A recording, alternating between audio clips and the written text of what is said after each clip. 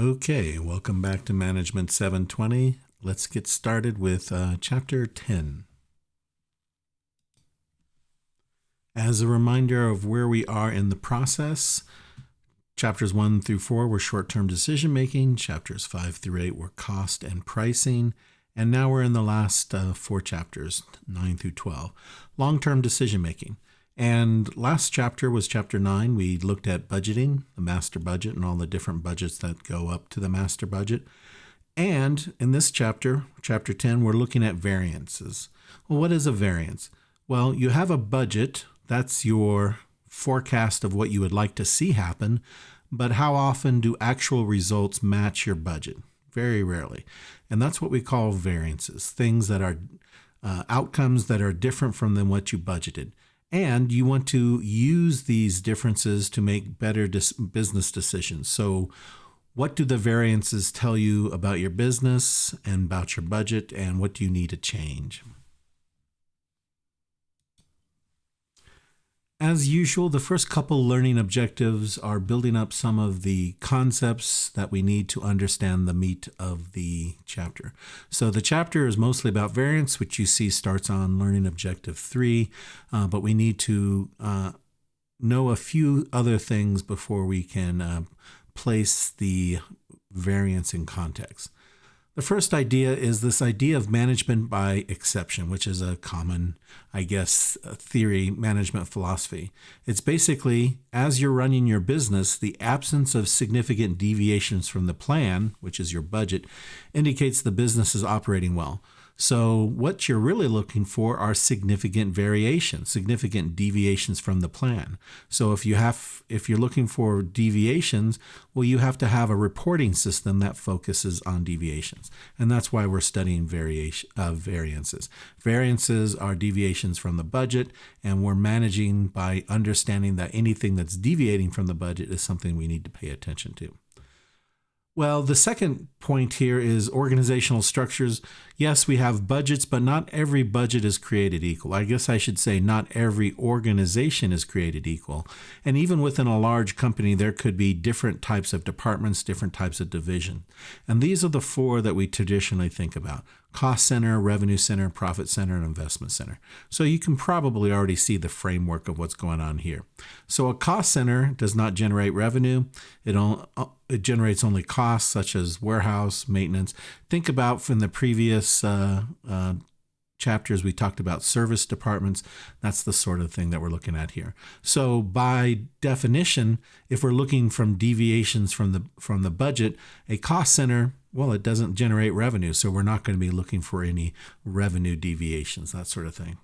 A revenue center is the other side of it. It mainly generates revenue. It's not to say it doesn't have cost. For example, if you have a sales department, well, you have the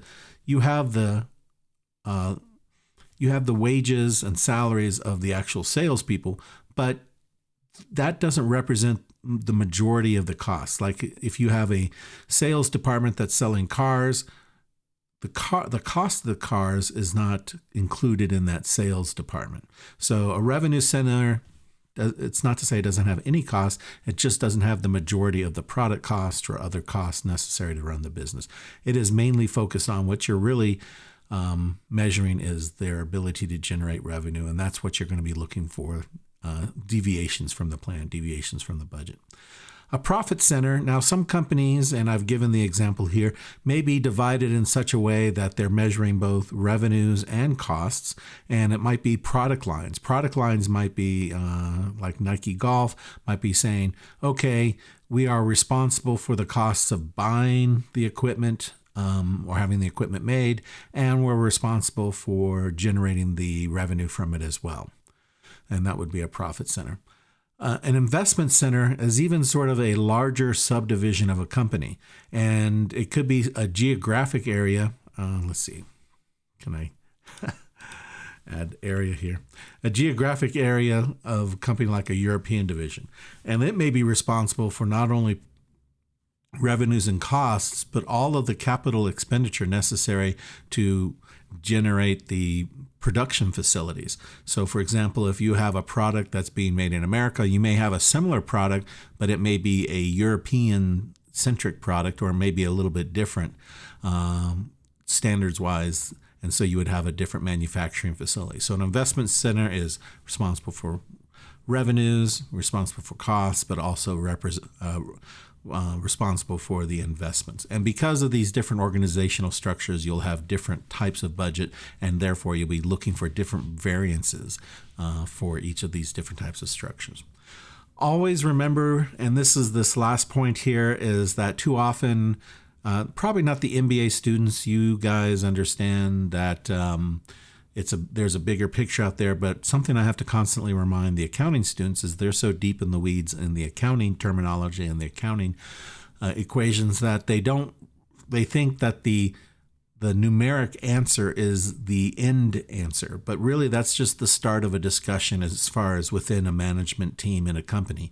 You come up with the numbers, and then there are going to be some non-financial qualitative decision-making as well. So just remember, whatever we come up with here with these variance reports, that's just the beginning of the discussion. It's just the launch point for which you need to make a decision. Okay, learning objective 2, let me see. It seems like there's maybe some big topics here, but it's not too much. It really consists of three things we need to know before we launch into variances. The first one is standard cost, the second one is a flexible budget, and the third one is the concept of favorable versus unfavorable.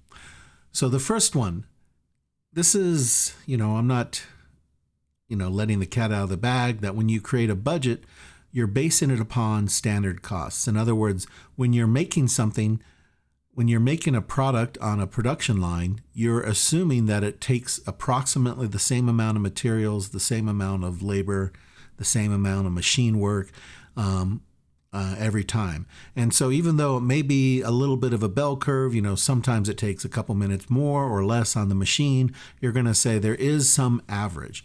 And the average, whatever it is, of materials, or the average of labor, or the average of overhead, that's what we call the standard cost, and that's what we use to build a budget.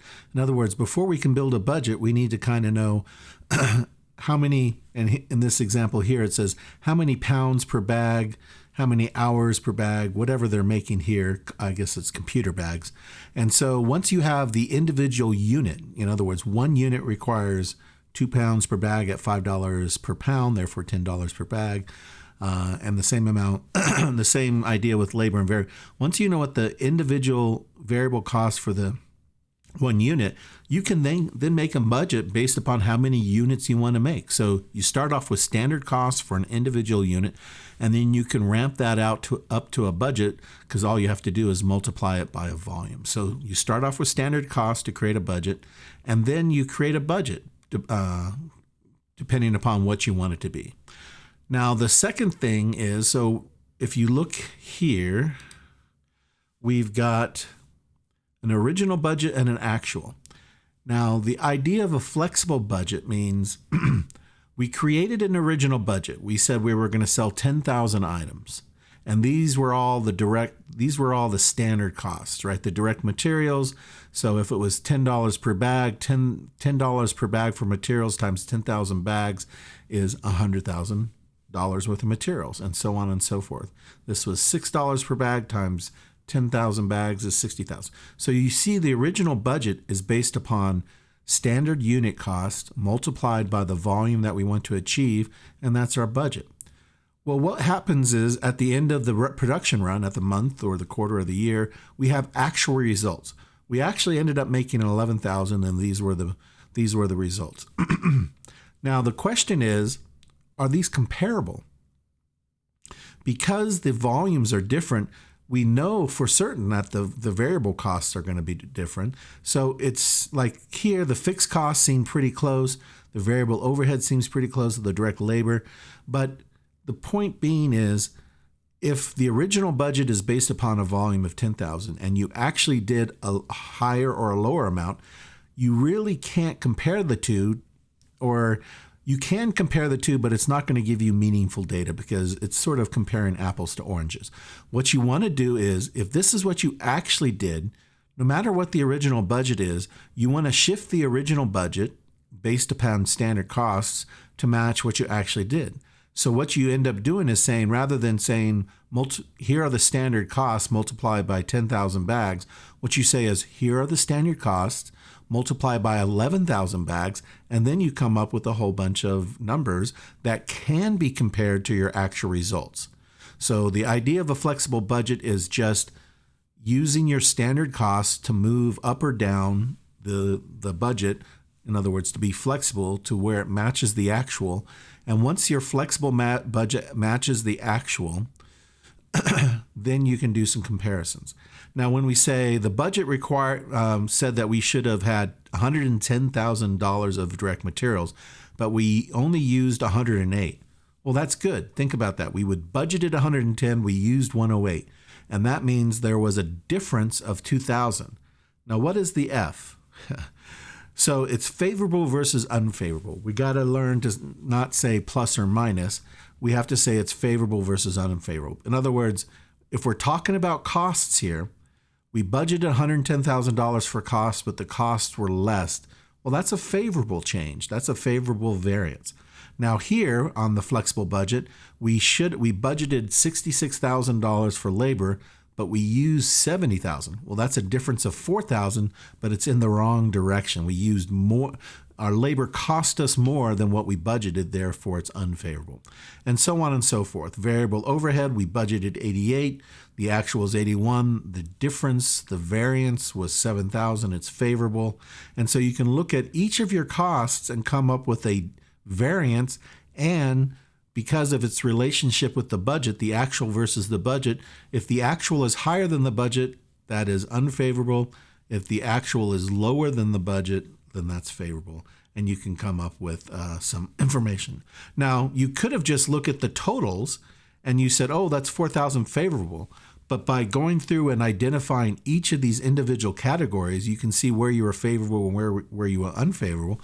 And obviously, remember, management by exception. We want to manage things that deviate from the budget. Now, this is an important concept because most of the time students just want to focus on the unfavorable, right? Now here, this 1,000 unfavorable, it's just not that big a difference. It's what, 2%? Whereas this is much bigger. Even though it's favorable, we would want to investigate, because the variance, whether it's favorable or unfavorable, because it's larger than what we budget, quite a bit larger. It's not quite 10%, it's what, 8%.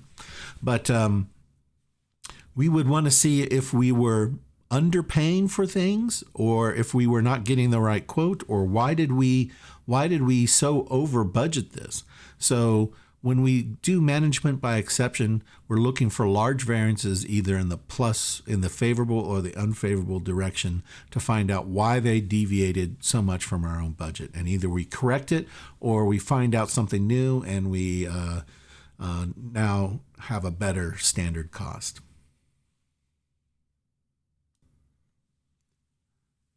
Okay, so now we know enough of the sort of lead-up material to be able to get into the meat of the chapter, which is the materials variance, or the variances. We're going to start off with materials variance, and I'll just point out that you can see that the rest of the chapter is materials variance. Well, here, this is materials, labor, overhead, materials, labor, overhead, and then sales or revenue variance.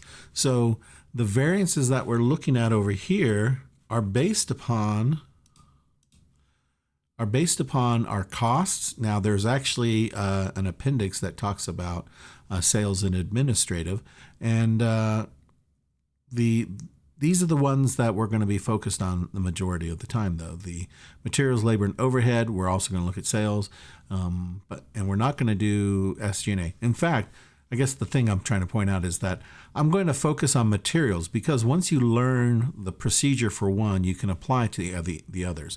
So labor and overhead variance, even though we have two different learning objectives, we're not going to do that. In fact, even in the homework, I'm just going to focus on materials variance and revenue variance, because revenue variance primarily on materials, secondarily on sales, just because it's got a different interpretation. And then once you learn materials, you will understand how to do these others. And for the life of me, I don't understand why these MBA managerial accounting textbooks continue to try and explain every last detail when it should be more overview, saying, here's the tools, this is how we use it. For more, I guess, complexity, work with your accountant. So as soon as you know how to do the materials variance, you know enough to be able to understand and use this as far as working with an accountant, your corporate accountant, to be able to, or your managerial accountant, to be able to produce some reports and some interesting information.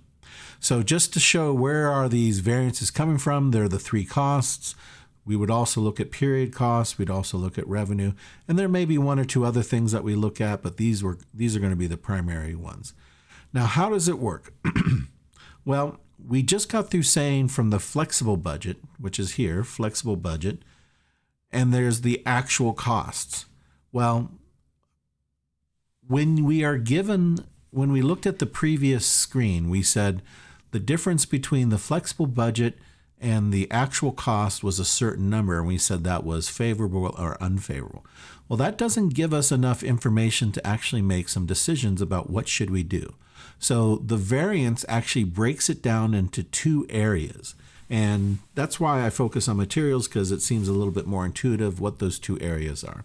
So if we've got a certain amount of materials and we budgeted a certain amount of dollars for materials, and we actually had a number that was, the cost was higher or lower, that gives us some information, but we can actually drill down a little bit more.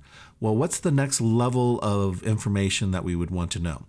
Did we use too much quantity of materials, or were we paying too high a price for the materials? And so those are the two things we're going to look at. We're going to break down that difference between the flexible and the actual and understand whether or not it was a problem of using too much or too little materials, or we were purchasing our materials for too high a price or too low a price. And so what we have is, on the left side, the actual cost is made up of two things: actual quantity times actual price. On the right side, we have the standard quantity, right? That's what our budget is made up of, standard costs. Standard quantity times the standard price. And then we have this thing in between. Different textbooks call it different things. And just notice, I think the main thing I want you to notice is it takes the actual quantity from that side, and it takes the standard price from this side. I call this the should be price. In other words, if we actually used a certain amount and we would have paid our standard price, this would have been we should have paid this amount for the actual inputs.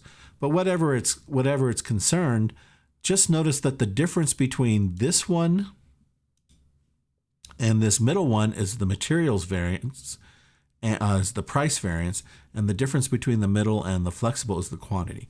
And why is that? If we're comparing, let's take this right-hand side one.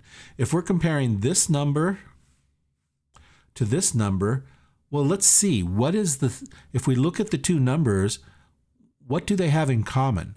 They both have standard price.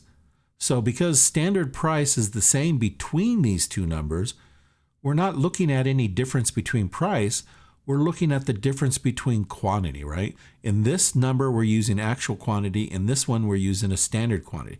So when we compare this 110 to 120, what they have in common is the standard price. What they differ is the quantity. That's why we call this the quantity variance, because we use one number they have in common, one number is different. And if we go over to these left two things, what is the thing that they have in common? They have the actual quantity in common. So when we compare the 108 to 120, the number isn't reflecting a quantity difference, it's reflecting a price difference. It's reflecting the fact that we multiply this side by actual price and this side by standard price. So if I were to write these out, this left hand is actual quantity times actual price, right? Actual quantity times actual price minus actual quantity times standard price. Now, you can say minus, but really what we end up doing is comparing the two. So if this number is lower than this number, like it is here, that means the actual was less than something about the standard. I guess I should say, if we take the extremes of left and right, If the actual cost is less than the budget cost, that's favorable. So however you want to do it, you basically just want to compare the two numbers and find the difference, and then make a decision based upon favorable versus unfavorable, based upon whether the actual cost was less than the flexible on the budget. But what I want to pull out here is AQ times AP compared with AQ times SP. Well, what is the common, if we take it from an algebraic term, the common part is AQ. So if we take AQ out, it would be AQ times AP minus SP. And that's why it's the price variance, because AQ is the same between the two. It's the difference in price. And same with this right-hand side. It's the comparison of AQ times SP, and it's SQ times SP.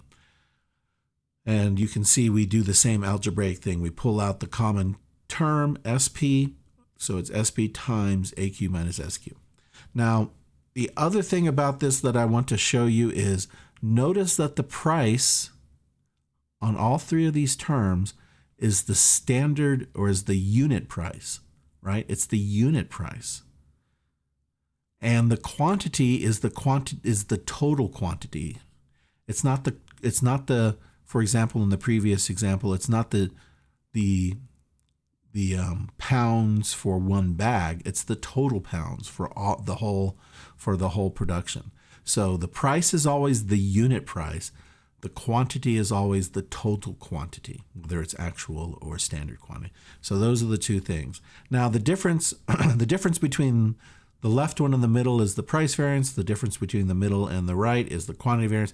But the difference between the two outside, or the difference between the two combined, is the total materials variance. Okay, so that's the explanation. We'll look at labor and overhead here in just a second, but don't worry, we will go through this again when we get into the homework. So here are some of the same charts, but for labor and for overhead. Now I'll just point out that here's materials, labor, and variable overhead. Those are the three production costs, and they. You see, and this is the thing that always makes me chuckle, but in a bad way, that why can't they just call price for all the price rather than call it the labor rate variance? Why can't we just call it the price variance? What is the huge necessity to have a slightly different name? And same with labor variance. They're talking about labor hours. Can't we just say quantity of labor hours? Instead, they want to term it the efficiency variance. And this is the first time I've seen in a book to where they actually say, really, it's just price and quantity. They just have different names. The other books choose not to point that out for some reason, and I have to point it out that it's really just a price and a quantity, no matter what they actually end up calling it. So here, the price has three different names: price, rate, and spending. Quantity has quantity, efficiency, and efficiency. So they use two here, but three here. It's just a big mess. So that's another reason why I just focus on direct materials. Direct materials has the price and quantity names. Those seem intuitive. They're also easy to conceptualize and work with. But if we were to look at the different variances here, it's the same thing. You have actuals on the left. You have standards on the right, no matter what term they're using. And then they have these two different variances. Remember, the rate is the price, and efficiency is the quantity. And same down here with overhead. The actuals on the left, the standards on the right. Actually, they don't even put the actual over here because the actual cost for overhead typically is not a standardized cost. It's something you learn after the fact. But again, those are just sort of things that your accountant would be able to focus on. As long as we are able to work through the materials variance, I'm fine with that. Now, we do have one homework question which does compare the materials with the labor and the overhead variance, but I just use that as we should at least cover it once in one question. But on the quiz and on the exam, I will only cover materials variance, or materials and sales variance. So let's take a look at the revenue or the sales variance now.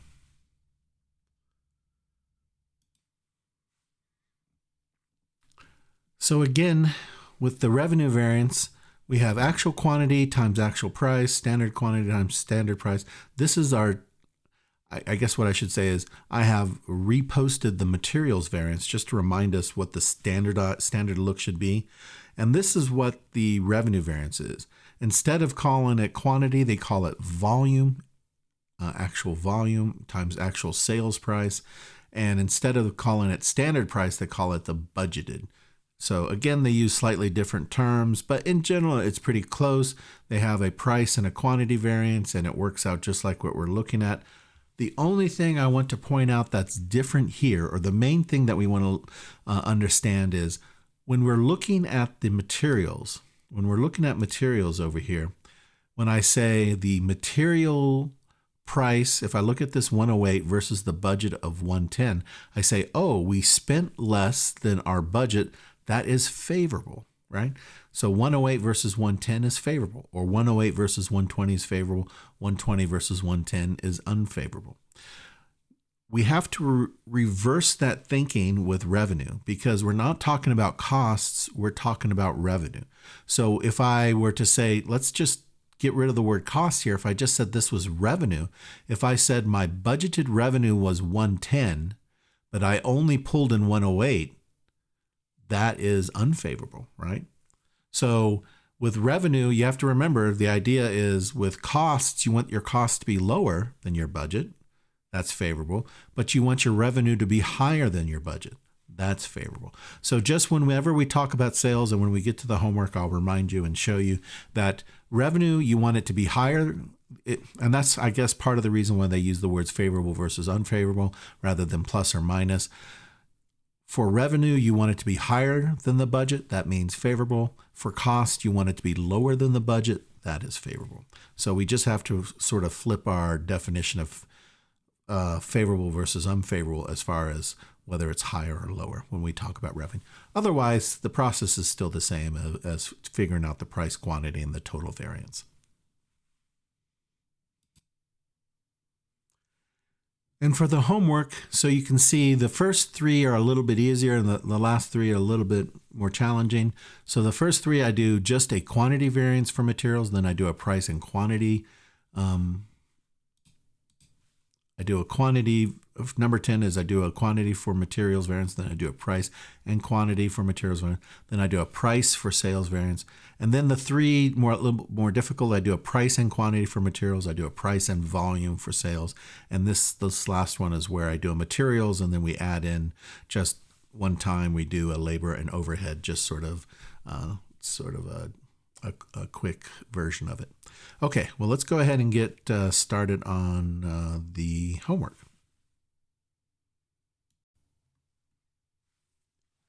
Okay, and we're starting off with question number 10, and let's see. Always have to double check where the demarcation is, number 10. And just to remind ourselves, we're doing a variance here. So on the left side, we have actual quantity times actual price. In the middle, we take actual quantity, and then we take standard price, and then standard quantity and standard price. And just remember, quantity is in total, and price is in units. We always want to kind of keep that in mind. Here, the question is, assume the standard cost to make one unit of product is 12 units of raw materials at $2 per unit. In August, 2,400 units of raw materials purchased for $69.60, and 14,760 units of raw materials were used to produce 1,200 units of finished product. Okay, so you can see when we compare these two, AQ is the same. So what we're looking at here between these two is the difference in price. And here, price is the same. So here we're looking at the difference in quantity. So this is the quantity variance when we compare these two numbers. And when we compare these two numbers, it's the price variance. And what is it asking? It's asking for the materials quantity variance. So it's looking at these two numbers, right? So if I were to put this together here, it says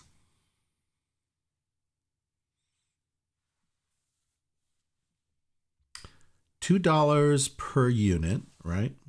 So we could say this is $2, and it says to produce 1,200 units of finished product includes 12 units of raw. Okay.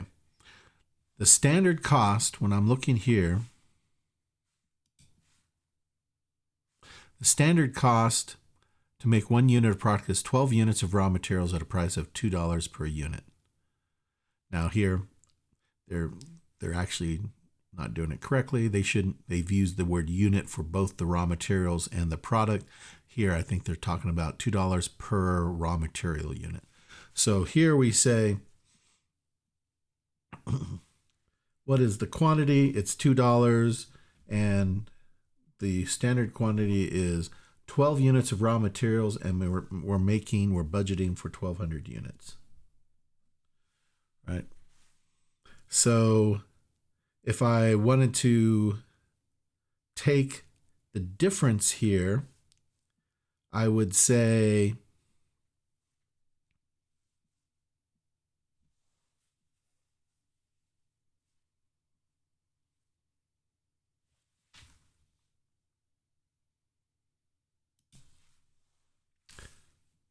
because we don't need to know this, we just need to know this. We could use AQ times SP compared with or minus SQ times SP. Now, if we took out the term SP, we would have SP times AQ minus SQ. So the standard price is 2. Now the standard quantity is this 12 units times 1,200 finished product. So SQ is going to be 12 times 1,200.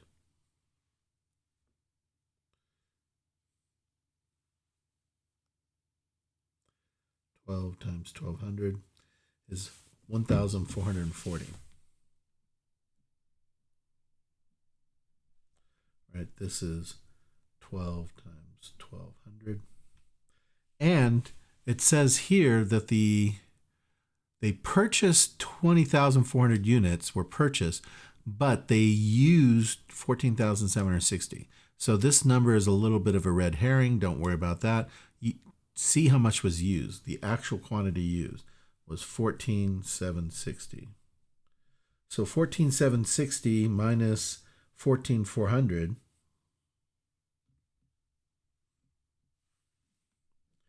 is 2 times 360, and so therefore it's going to be 720. So 720 is the variance, but is it favorable or unfavorable? Well, if the budget was 1440 and we used 14,760, we used more than the budget. Well, as far as costs are concerned, when we use more than the budget, that's unfavorable, right? And when we look at the answer here, you notice that they give you 720 unfavorable and 720 favorable. And so, they're not only testing can you calculate the number, they're testing whether or not you understand and can interpret the number. And so 720 unfavorable should be the correct response here. It is. And I'll just point out, this is a very legitimate and valid way for me to test on the quiz and the exam. So I will also put, most likely, 2 sets of 2 numbers. And I will put that they will be the same numbers, but one will be unfavorable and favorable. And I'll be testing not only can you calculate the number, but can you interpret the number. So here, just make sure you have the correct interpretation. Okay, let's go to number 11.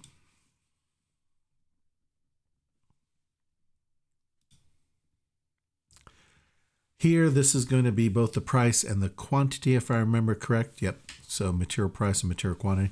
Windy City manufactures weather vanes that have standard material cost of 2 pounds for raw materials at $2 per pound. 400 pounds were used in making 360 weather vanes. Okay. So this one I think is actually a good one because it illustrates one of the other common problems with figuring out these equations.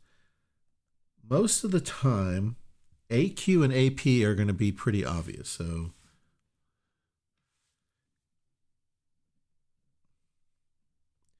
and SP a lot of times is pretty obvious. The one that is sometimes not obvious is SQ because of the way the information is given to you. And this is the same with this one. So we can see we have standard materials cost of 2 pounds of raw materials at $2 per pound, right? So we know that the standard price is $2. And we say during November, 400 pounds of raw materials costing $4 per pound were used. So 400 pounds was the quantity of pounds, and we paid $4 per pound. So the question here, you notice, just from the information given, I filled out. And I'll just say that if you can accurately fill out this upper part, you should have no problem then figuring out the question. So what is here? Now remember, this is your budget. This is your standard. So what is the standard amount of pounds we use per unit? We use 2 pounds of stuff per unit. How many did we make? We made 360.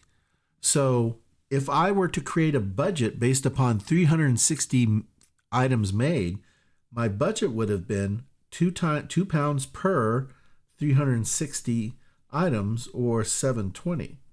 Now notice 720 is much different than 400, but also the price. So you can see the price is much higher, but the quantity used is much lower. And this is part of the reason why we do variances. Now, I myself can eyeball it and tell you whether it's going to be unfavorable or favorable, but you get in the habit of, okay, we used a lot less, but it cost a lot more. What is the outcome going to be? Did we end up using enough less to justify the increase in price? Well, I'll just kind of give you a quick and dirty here. We used twice the it cost twice as much, but we didn't use half as less, right? Half as less would be 360. So in the total, it's going to be unfavorable on price and it's going to be favorable on quantity. But let's go ahead and figure it out. So here, remember that the difference between this is it's going to be standard price times actual quantity minus standard quantity, right? So standard price is 2, actual quantity is 400 minus 720, and you end up coming up with a difference of 320, 2 times 320, that's going to be 640. And was the actual quantity less or more than the budgeted quantity? It was less. Well, for costs, less is better. So this would be favorable. So favorable on the quantity variance. And then on the price variance, we're going to use the actual quantity, because that's the common term, times actual price minus standard price, right? These are the two things that are different. So it's going to be 400 times 4 minus 2. And so this is going to be 800, right? 4 minus 2 is 2, times 400 is 800. Now, was the actual price higher or lower than the budgeted price? Well, it was higher. So this amount is going to be unfavorable, right? So when I look at the two, when I compare the two, you got to think of it as there's a line here, and this reaches 800 to the unfavorable side. This reaches 640 to the favorable side. So when I combine the two, where do they end up? Well, the favorable doesn't bring it all the way back to 0. It's still going to be unfavorable, right? So if I take 800 minus 640, it's going to be 160, but it's going to be 160, but still on the unfavorable side. It didn't come back up across 0. Now, if I had multiplied these two, this would have been 1600. And if I did 2 times 720, that would have been 1440. If I compared the two big ones here, isn't the difference between the actual and the standard also 160? In other words, what we found out here is the actual difference between the outside items. It's just that we've broken it down into a quantity, a price variance, and a quantity variance. So what was our determination? We were favorable on quantity. Well, that makes sense. Our budget was 720 pounds or whatever it is, and we only used 400, so we used a lot less pounds, but we paid a much higher price. So the price variance is bad, the quantity variance is better, but it doesn't quite outweigh. Okay, let's take a look at the last one here, or I want to, not the last one, the last of the simpler ones. Oh, I guess I should fill in the correct responses. Material, 800 unfavorable, 640 favorable. Yep, that's correct. Number 12. Okay.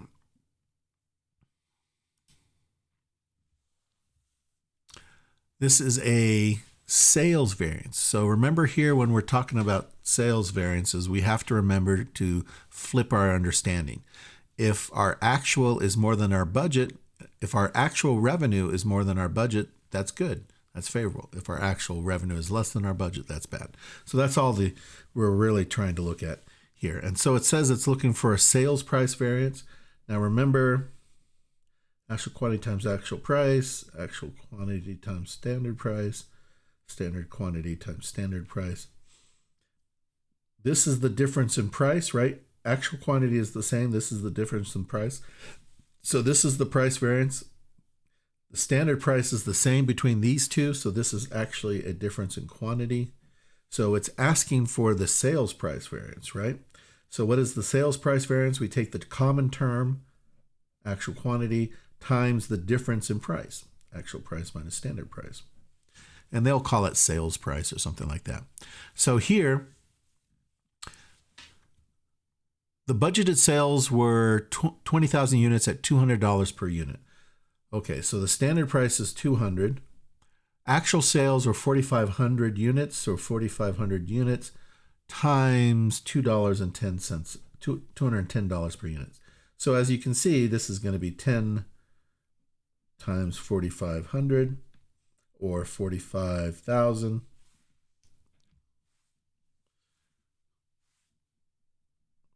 Now, is this favorable or unfavorable? Well, you can see here, there's the answer, right? And it's listed favorable. But if it had 45,000 as unfavorable on this list, what would you call? Well, we budgeted selling it for $200. We actually sold it for $210. So we sold it for more than we budgeted. So that's going to be favorable, right? If we bring in more money per unit than we thought, that's going to be favorable. Okay, so 45,000, and this is favorable. Let's now take a look at the next couple. And these are a little bit more involved, but now that we understand the materials variance, it shouldn't be too much more.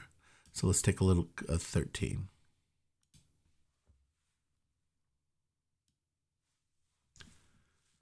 Okay, so let's take a look at number 13 here. And again, let's fill in our chart of actual quantity, standard quantity.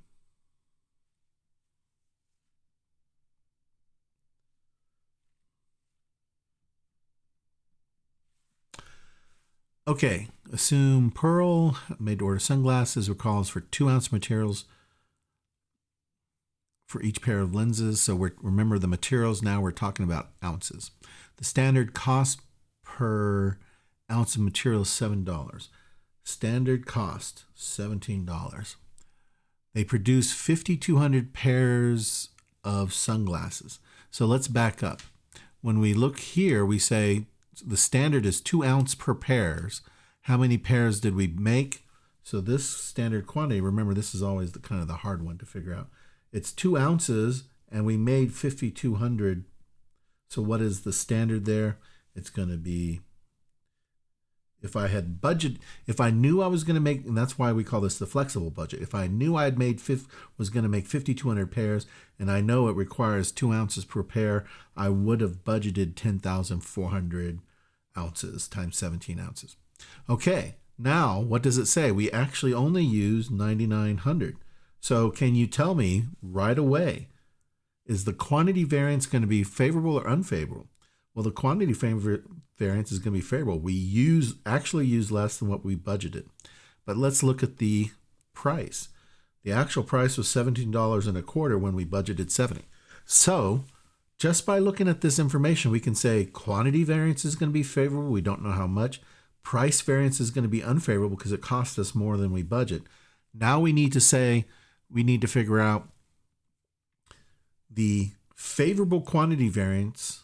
Is that going to overwhelm the unfavorable price variance? Is it going to be more? In other words, by using fewer ounces, but them costing more per ounce, which way is it going to bring us? Is it going to bring us favorable or unfavorable? Okay, so we can figure this out. So rather than write down all of the different variances, they ask them in sort of a kind of descending order here. So I'll just point out what they're asking as we go through it. Determine the flexible budget materials for cost of completion of 5,200 pairs of glasses. So the flexible budget, this is the flexible budget, right? Not the actual, what we budgeted. So the standard, what they're asking is for 5,200, we would have used 2 ounces per item, or 10,000, and we would have budgeted $17 per ounce. So what we're asking is 2 ounces times 5,200 lenses, which is 10,400 ounces, times $17 an ounce is going to be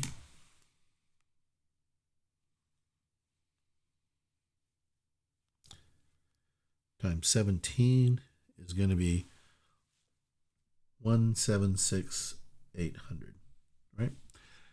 So that would be the answer. That's the budgeted total cost.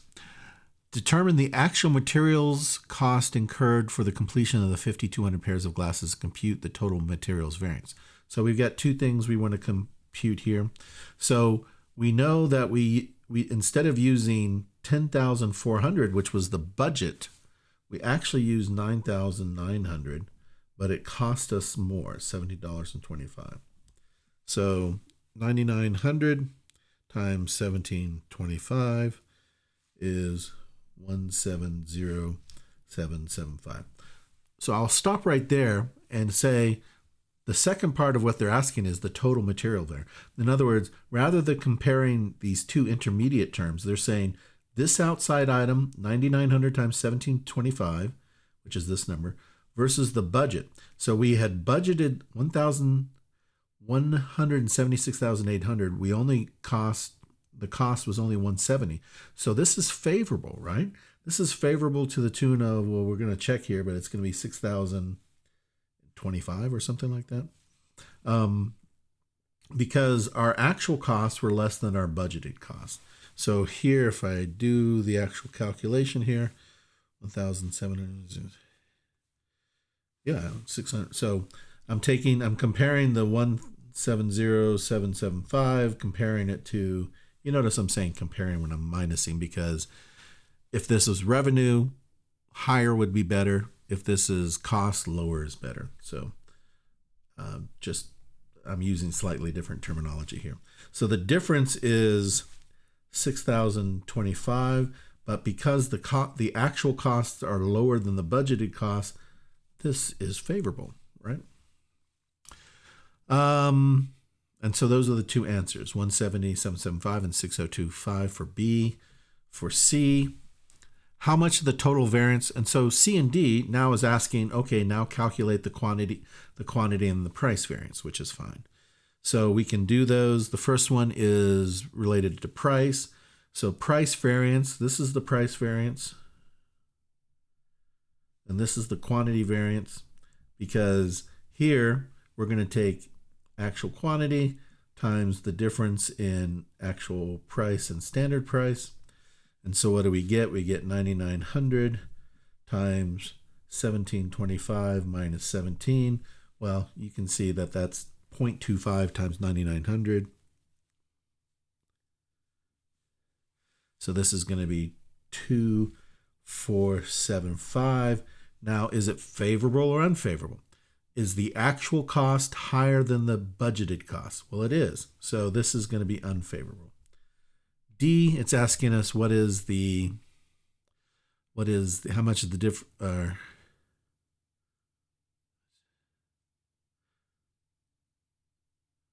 well, it's worded really weird, but notice it says, hint, compute the material quantity variance. Yes. So, in other words, they're basically saying, of this favorable, I think that's what they're saying, of the difference between A and B, of the materials variance, of the overall variance, this is the price variance. Now they're asking what is the quantity variance. Why they decided to ask it in such a laborious way, I don't know. Okay, so when we do the quantity variance, the thing that's common between them is the standard price. The difference is the actual quantity minus the standard quantity. And so we have the standard price of 17 times 9,900 minus 10,400. So that looks like that's a difference of 500, right?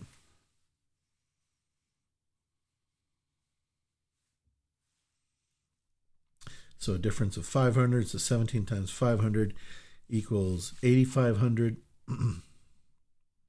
Now, is this favorable or unfavorable? Is the amount that we use less than the budget? It is. So this would be favorable. So notice that if we added these two together, this unfavorable and this favorable, it would come out to this number. And that's, well, I guess we should probably fill in the correct responses. So 176,800, 170,775, 6025 favorable, 2475 unfavorable, 8,500 favorable. Yep. So that's, and so the truth is I could have probably gotten to this. In other words, if I without even had to calculate it, all I had to do was add those two numbers. So in other words, if I have a line here and this is even, neither favorable nor unfavorable, what we're saying is this is 2475 at the unfavorable mark.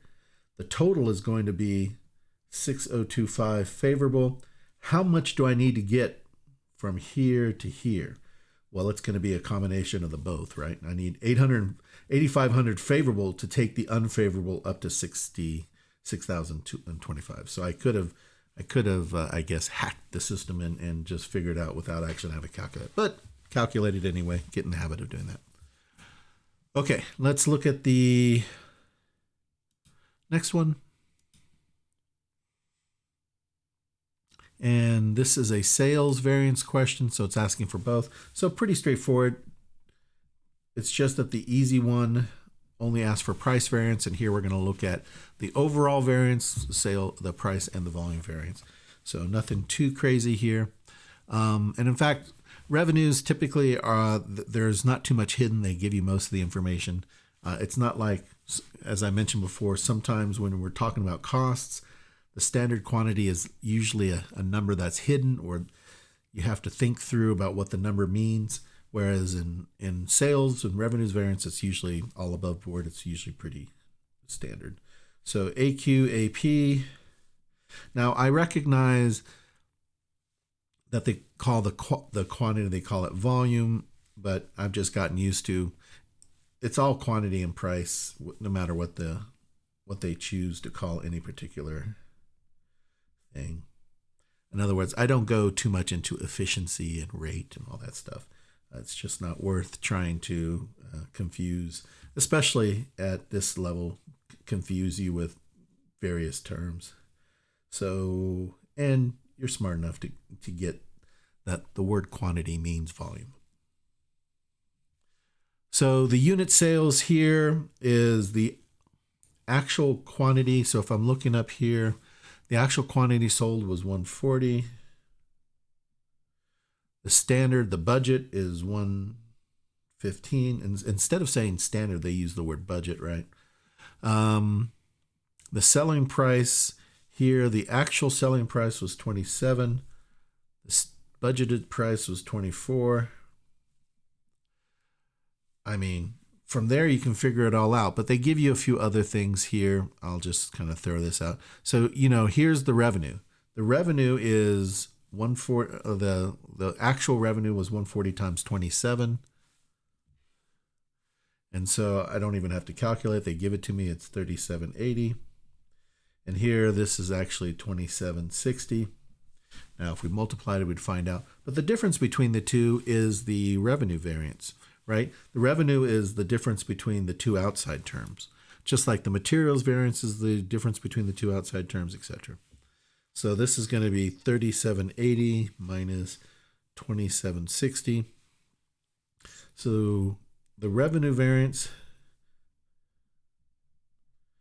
and again, the minus you have to remember is just compare the two numbers. What is the variance? The variance is 1020. Is it a positive? Is it a favorable or unfavorable? Well, it's favorable.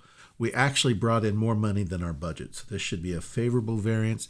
Now, is it because of the quantity, or is it because of the quantity, or because of the price? Well, that's what we're going to find out now. So compute the sales revenue price and sales volume. So let's see. I think for this one, because they've already given these two numbers, rather than use one of these equations up here, the standard price, yada, yada, yada. Remember, all of this is doing is breaking down if one of these is unknown, but we know these numbers here. So if I just calculate this intermediate term here, 140 times 24, I just can compare the totals directly. In other words, the difference between these two is the quantity variance. The difference between these two is the price variance. So the price variance is going to be 3780 minus 30, or compared with 3360. And that's going to be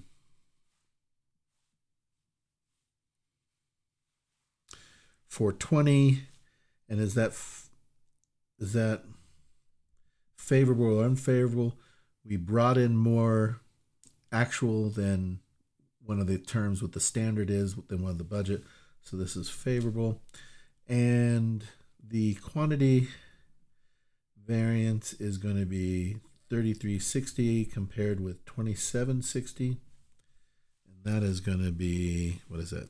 3360, is that 600? 2760. Yeah, 600. And you'll notice, again, this middle term, you've got to think about it. The actual is on the left side, and the budget or the standard is on the right side. So this is favorable. So from this situation, we knew the revenue variance overall was going to be favorable. What we learned here, it was not a match of unfavorable and favorable. Both of them were favorable, but which one was the stronger influence on the favorable, on the revenue variance, on the overall favorable? The stronger influence was the quantity, meaning, yes, we sold it for $3 more, but we sold an additional 35. So the $3 did have the $3 extra per unit did have an effect, but selling 35 had a stronger effect, I guess is what you could take away. Well, let's just double check, make sure we got the 1021 favorable, 420 favorable, 600 favorable. Okay.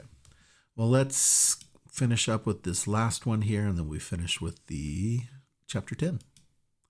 Okay. So this one, okay. I'm just going to say I like this one because I like sort of missing data questions, because I think it's a good way to test, first of all, but to test your understanding of how things fit together. So if this is not something you quite like, well, I'm sorry.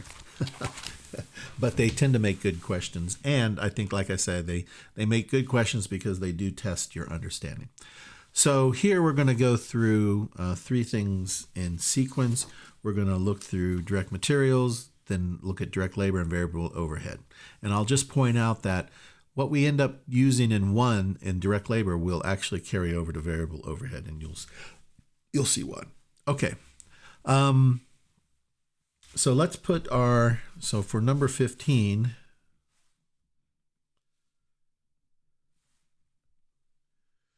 we've got materials where we've got actual quantity, actual price, actual quantity, standard price, and then we have standard quantity and standard price.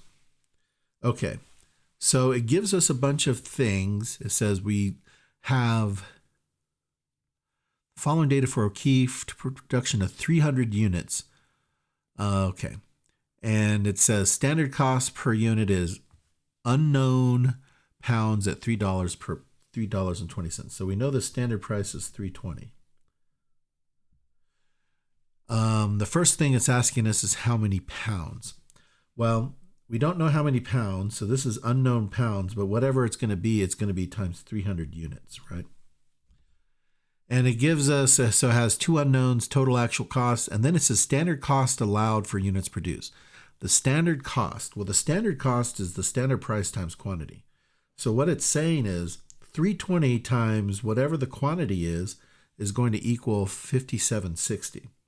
So they're saying standard price times standard quantity is going to be the standard cost, or 5760. Well, we know you can see that there's one unknown among this. The standard price is $3.20 times our unknown times 300 equals 5760. So this is not X, this is times. So if I divide the, so it would be, if I created that as X, 300X equals 5760 divided by 3.2. That would, let's see.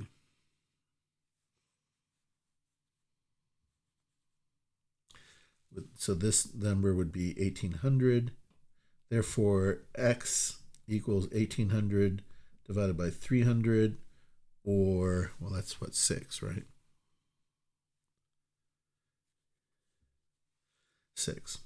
So X. So the standard cost per unit is 6 pounds. So, right, so this is 6 pounds. So that's the first answer. Now the next one, so we're going to say total actual cost is, so remember the actual amount might use slightly more pounds, but it costs 56.76. So we use this number, the materials price variance, okay, so it gives us the quantity variance. Now remember, this is the quantity variance, right? So if now we know that this number is 6, so this number together is 1800, 6 times 300. Here we've got the quantity variance. The quantity variance, if I take this, so this is the first number. If I take this and I say the quantity variance is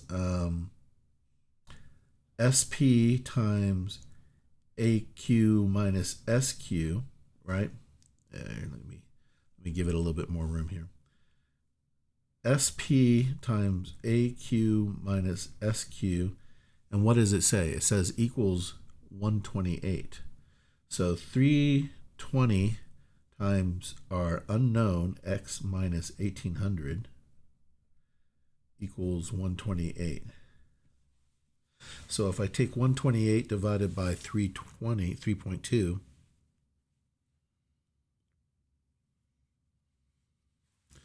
so X minus 1800 equals 40. Now, remember when we use the minus, we're saying compare. So it may not always work out this way, but remember what we're doing here is that it said this was unfavorable, right? So it meant that the actual quantity had to be more than the standard quantity. If the standard quantity is 1800 and the difference between the actual and the standard is 40, well, it means the actual quantity has to be 40 more. So it does work out with the minus here, but just sometimes I'll just point out here that sometimes it doesn't always, because when we use minus, we're actually phrasing it as compare. So here, this is the AQ, right? The actual quantity is 1840. Now, what is the actual cost? Let's see. What do we have to do next? The actual cost is going to be, so, okay, AQ, this is actually the answer to the second one. So it says total actual cost. It's saying how many actual pounds costing 56.76. Well, we've determined that the answer to number 2 is 1840. So the actual quantity is 1840. Now notice here that they've given us, they haven't broken it down for us, but they said that the actual cost, these two, actual quantity times actual price, essentially they're saying we don't need to actually break it down. They're just giving us this number. So we need to figure out this number because the last thing they're asking for is this materials variance. And remember the price variance. And remember, this is the price variance, right? The common thing is AQ, the difference is AP. So if we multiply these out, 3.2 times the actual quantity, this is 5888. And so if we take the difference between these two, 5676 minus 5888 is going to be 5676 equals 212. Now, is this favorable or unfavorable? Well, the actual cost is lower than the budgeted, or the term that is closer to the budget. So this should be favorable, right? The actual cost is lower than the budgeted. So these are the three terms that we have for direct materials. It should be 6 pounds. The actual quantity is 1,840 pounds, and the price variance is 212. Okay, so you can see where you don't have to know everything sometimes. Sometimes you can figure out things based upon what you are given, and I don't know, maybe you don't find that fun. So that's the direct materials. And like I say, they also make good advanced questions like B or A level questions. Let's look at the direct labor part. So standard cost of 2 hours at $7. I don't know if that's $7 per hour. That's probably $7 per hour. So here, if we start charting out the AQ and the AP, AQ, SP, SQ, SP. So they were given the standard cost of $7, 2 times. Well, we're still working on the same thing, right? So it's still going to be 300 units. So this is going to be 600 units. And I won't calculate this until I know exactly what they're looking for. So this is 7, and this is 7.25. So when they say the total actual cost, they're saying the actual quantity times the actual price. Well, we don't know what the actual quantity is because we don't know how. We budgeted for 600 hours. We don't know what the actual hours used. Now, again, we go down here. The efficiency, remember, this is price and this is quantity, but under labor, they call this rate and they call this efficiency. So we're given the efficiency variance and we have all the numbers here. So and that's sort of like the thing that we just did up here. So if we said 7 times X, because we're looking for the actual quantity, times 600 should equal 140. So if I do the same thing, 600x equals 140 divided by 7, which will equal, what, 20? So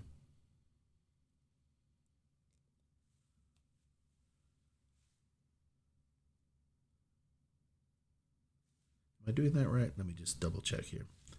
Oh, no, this isn't 600. I was going to say unknown minus, right? This is, I guess I should have written it out.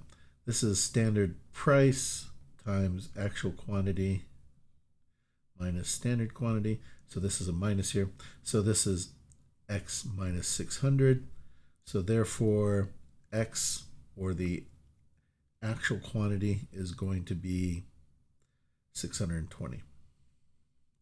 Right? So 620, 620, 620. So the price is a little higher, therefore the price variance is going to be bad. The quantity variance is also higher, so the quantity variance is going to be bad. So total actual cost is going to be 620 times 725. Or I'm sorry, yeah, 620 times 725. So the first one, it says total actual cost is 620 times 725, and that's going to be 44.95. So that's the first answer. And then the rate variance is the price. So if this is 44.95, we can figure this out. 620 times 7 is, so I'm going to take 44.95 minus 43.40. 43.40 is this middle term here, 620 times 7. And actually what I could have done is just done 620 times 0.25, right? Because that's the difference. In any case, it's okay.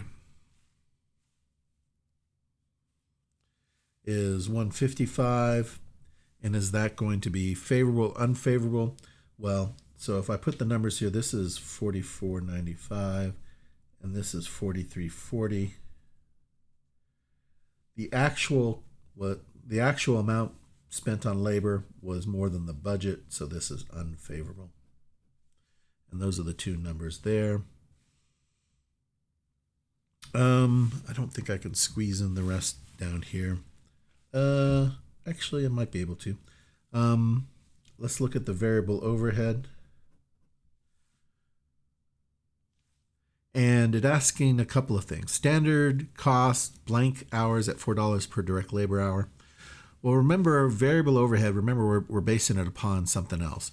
So it's doing it on direct labor hours. Well, how many direct labor hours were we using? We were using 2 hours. So if that's the amount, we would say that the standard costs are 2 hours times $4 per labor hour. So if I do AQ, AP, AQ, SP, SQ, SP. So it's going to be $4 is our standard price. And we're basing it on 2 labor hours times, again, it's 300 items. So it's 600. So these two are 2,400. So the budgeted cost was this much. The standard quantity. So this is where you might get tripped up because it may not feel like you're given enough information. But remember, we're talking all 3 of these, the direct materials, the direct labor, and the variable overhead, is all talking about this same. This is not different things. It's this 300 units.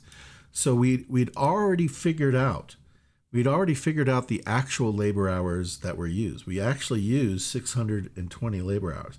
And remember, the variable overhead is being calculated on some other proxy. It's being calculated on some other rate. So we've already calculated the actual quantity that the variable overhead is. Rather than at $2 or $7 an hour, we're doing the overhead on the labor hours, but at a different rate. So this is 620 because we've already figured this out, right? And we don't know what this number is, but they've given us the actual cost is $22.50. So what do we need to do? We put this out a little bit. 600 times 4 is 2,400.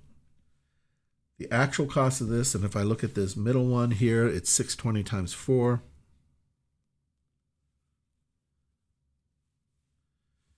It's 2,480. And this is going to be the price. This is going to be the quantity. And here they're going to call that spending. So this is the spend, and this is the efficiency. So all we need to do is figure out the difference between these two. So the difference between 2480 and 2400, 2480 and 2400, well, that difference is 80. And the budget is lower than the actual. So this is, the actual is greater than the budget. Let's say it that way. The actual is greater than the budget, so this is unfavorable. And then when we look at this, compare these two numbers, 2250 and 2480. That's going to be 230. But the actual is less than the budget, so this is favorable. So it is favorable on price. It is unfavorable on quantity, and that should be these numbers for this. So let's fill in the correct responses and go down through all of them. 6 pounds was the standard amount of pounds. The actual cost was, the actual quantity of pounds was 1,840. The materials price variance was 212, favorable. The total actual cost was $44.95. The rate variance was 155, unfavorable. The overhead was, we were still using the 2 pounds, the 2 hours, because that's what the direct labor was based on. And then the spending variance was 230, favorable. And the overhead efficiency variance was 80, unfavorable. So they all came out. Now, I probably wouldn't do something as diabolical as these two, but there's probably a situation where, like an A or B level question is, I would give you some of the information and you would have to know enough of the equation for like an A level question to figure out, something like that. So just be aware of this. And of course, when we get close, over the weekend, I'll print out I'll develop the prep document so you can see. But these would be high level questions. Okay, let's see. Hopefully that'll get you all the way done through these 2 chapters. We have 2 chapters remaining. And for those who are asking about the extra credit, I will also publish the second case study extra credit requirements. And I'm probably going to give you 2 options. You can do one or the other based upon which one you feel is more, aligned with with the things that you're interested in, and you can turn that in all the way up to the end of the course. I think I'm going to make the end of the course, it's technically supposed to be the 26th, but this is summer, meaning the courses are running all the way through summer. So I will give, if the 26th, July 26th is Friday, I will give you up through 27th, 28th to do the final exam. Okay, if you have any questions, and I'll put all of this in a D2L message as well, just let me know.